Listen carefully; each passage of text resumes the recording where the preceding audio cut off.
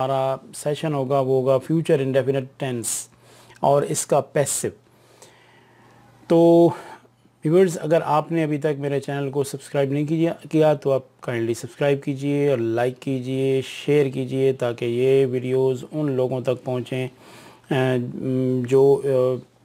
जो कंटेंट, जो easy content mean the content that is easily understandable. तो ये उन तक आप पहुंचाइए ताकि उनके लिए भी आसानी पैदा हो सके। तो चलते हैं जी हम अपने टेंस के फ्यूचर इंडेफिनिट टेंस के पैसिव की तरफ। तो व्यूअर्स, ये स्लाइड आपके सामने, ये टेंस भी इंतहाई आसान है और इसका पैसिव बनाना भी, इसके अंदर भी कोई इतनी परेशानी नहीं है। तो आप देखिए कि ये हमारे पास है फ़िक्रा के she will solve the sums. अब हम यहाँ पे हमारे पास जो रूल क्या है, रूल हमारे यहाँ पे ये है कि हम जो हमारे पास प्रोनाउन थे आई और वी, जब फ़िक्रा इससे शुरू होता था तो हम उसके साथ शेल लगाते थे और वर्ब की पहली फॉर्म लगाते थे। ये फ्यूचर इंडेफिनिट टेंस का जो है ना वो टेंस में जब हम इसको शुरू करते थे तो, लेकिन क्योंकि यहाँ पे हमने इसका पैसिव बनाना है, लिहाजा यहाँ पे क्या हम करेंगे, हम यहाँ पे ये करेंगे कि अगर आपका सब्जेक्ट यानी आपका जो ऑब्जेक्ट है उसको जब आप सब्जेक्ट की प्लेसमेंट इस जगह पे लेके आते हैं, यहाँ पे लेके आते हैं, सब्जेक्ट की जगह पे लेके आते हैं, तो अगर वो आई आता है या वो वी बनता है तो उसके साथ शेल बी लगाएंगे और वर्ब की थर्ड फॉर्म और बाकी फ़िक्रे के अंदर कोई चेंजिंग नहीं होगी। बाकी सब के साथ आप विल बी और थर्ड फॉर्म लगाएंगे वर्ब की। वो मैं इसलिए कह रहा हूँ कि यहाँ पे आई कैसे आएगा, अगर मैं ये कह दूँ कि she will solve the sums of, ये तो एक फ़िक्रा हो गया। तो अगर यहाँ पे आपका ऑब्जेक्ट मी की सूरत में आता है तो डेफिनेटली आप जब उसको सब्जेक्ट की जगह पे लेके आएंगे तो वो आई के अंदर कन्वर्ट हो जाएगा, फर्स्ट पर्सन प्रोनाउन के अंदर आ जाएगा। इसी तरीके से अगर वो अस के अंदर आ जाता है तो डेफिनेटली आपका जो जब आप उसको सब्जेक्ट की जगह पे लेके आएंगे तो वो फर्स्ट पर्सन प्रोनाउन वी के अंदर आ जाएगा। तो ऐसी सूरत में आप शेल बी लगाएंगे, अदरवाइज़ आप विल बी लगा के अपने फ़िक्रे को कंप्लीट करेंगे। और जैसा कि मैंने आपको बताया हुआ है कि आपने पैसिव के अंदर हर सूरत में थर्ड फॉर्म ही लगानी है। तो आप देख लीजिए, the sums will be solved bye हर, और बाकी कंस्ट्रक्शन बिल्कुल वही है, सिर्फ विल बी और थर्ड फॉर्म यहाँ पे लग रही है।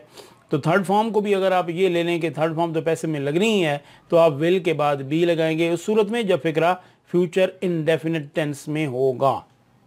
तो नीचे आप देखिए कि this country will make progress, the progress will be made by this country, will be made, बस इसके अंदर और कोई आप चेंजिंग नहीं करेंगे। She will eat many things will be eaten by her. तो आप ये देख लीजिए कि कैसे ये फ़िक्रा जो है ये बड़ी ही आसानी के साथ हम उसी तरीके से इसको चेंज कर रहे हैं और ये हमारी जो चेंजिंग है डेफिनेटली ये इसके अंदर हमारी ये चेंजिंग डेफिनेटली आ रही है। तो आप देखिए कि this country will make progress, the progress will be made by this country, और ये करने से आपकी जो है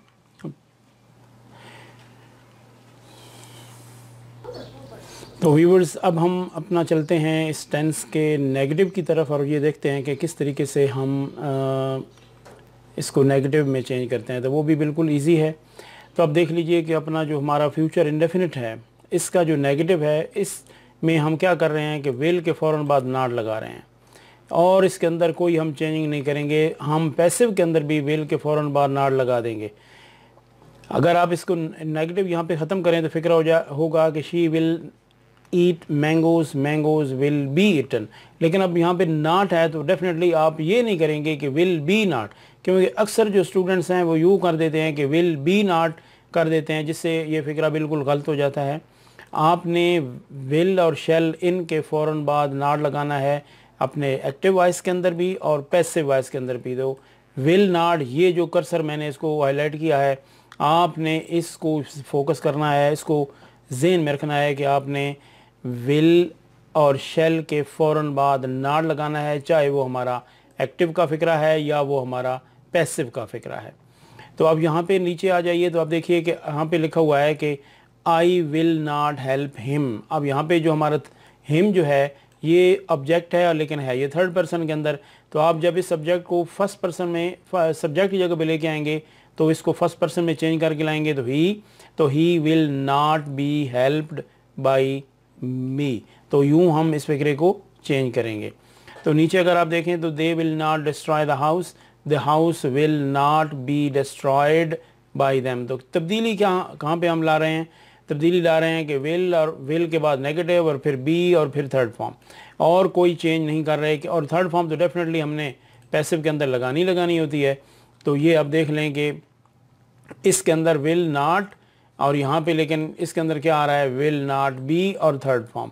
और बाकी नाउन और प्रोनाउन की जो चेंजिंग है और इसी जो सब्जेक्ट का ऑब्जेक्ट के अंदर चेंज और ऑब्जेक्ट का सब्जेक्ट के अंदर चेंज वो उसके बेसिक रूल के मुताबिक है। तो चलते हैं हम अपनी नेक्स्ट स्लाइड की तरफ। तो नेक्स्ट स्लाइड हमारे पास है कि passive of future indefinite tense. अगर आप यहाँ पे देखें तो ये फिक्रा इंटरोगेटिव में है। Will she make tea for me. तो विल टी यानी विल और शेल आप फिक्रे से शुरू में लाएंगे।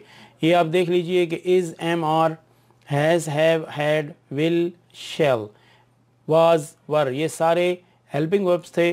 तो जब भी हम इंटरोगेटिव बनाते हैं तो अगर फिक्रे के अंदर हेल्पिंग वर्ब का इस्तेमाल हुआ है तो आप विल को पहले लेके आ जाएंगे, शेल को पहले लेके आ जाएंगे और अपने फिक्रे को आप कंप्लीट करेंगे। ये तो देख लीजिए कि will she make tea for me. तो अगर आप इस टी फॉर मी को हटा दें तो फिक्रा पीछे रह जाएगा।